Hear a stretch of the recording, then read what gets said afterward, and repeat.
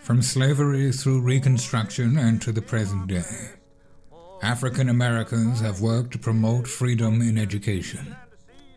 Cognizant of the revolutionary potential of black literacy, white elites enacted laws in slave states to prohibit teaching enslaved and sometimes free blacks to read and write. In their minds, black literacy equaled black resistance. Laws were also written to prevent African Americans from gathering in secret places to learn, either before the rising of the sun or after the going down of same. Legislators had undoubtedly become aware of clandestine schools meeting before dawn and late into the night and wanted to put a stop to it. In Mississippi, Mrs. Mandy Jones reports finding pit schools near her Mississippi plantation. The enslaved would dig a pit in the ground way out in the woods, covering the spot with bushes and vines. Runaways sometimes inhabited the pits, but they also housed schools.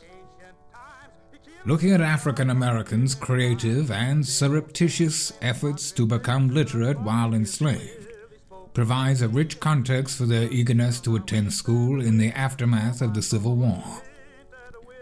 Immediately after the Civil War, there was no functioning government-run school system for blacks. So unless the black community built schools, there would be none. And so the community built. Independent black churches, themselves emerging as important cultural institutions after the war, played an especially important role in the school building process, most often by providing space for classes. The values of self-help and self-determination underlie the educational movement of the formerly enslaved. Julius Rosenwald was the son of Jewish immigrants. Booker T. Washington was born into slavery. The two men began a lengthy correspondence about how they might collaborate and focus their efforts on building schools for black children.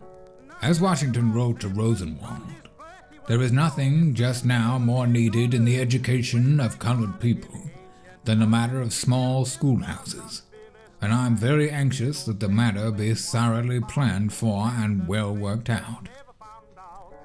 Black people, then and now, have endeavored to build their own schools, empower their community, and ultimately set a high education standard for children. Today, students who are assigned to district schools by zip code sometimes find themselves trapped in inadequate learning environments.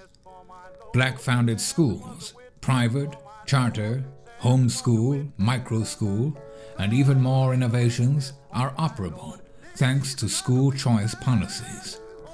Supporting education freedom means supporting the rich history of African Americans fighting for opportunity.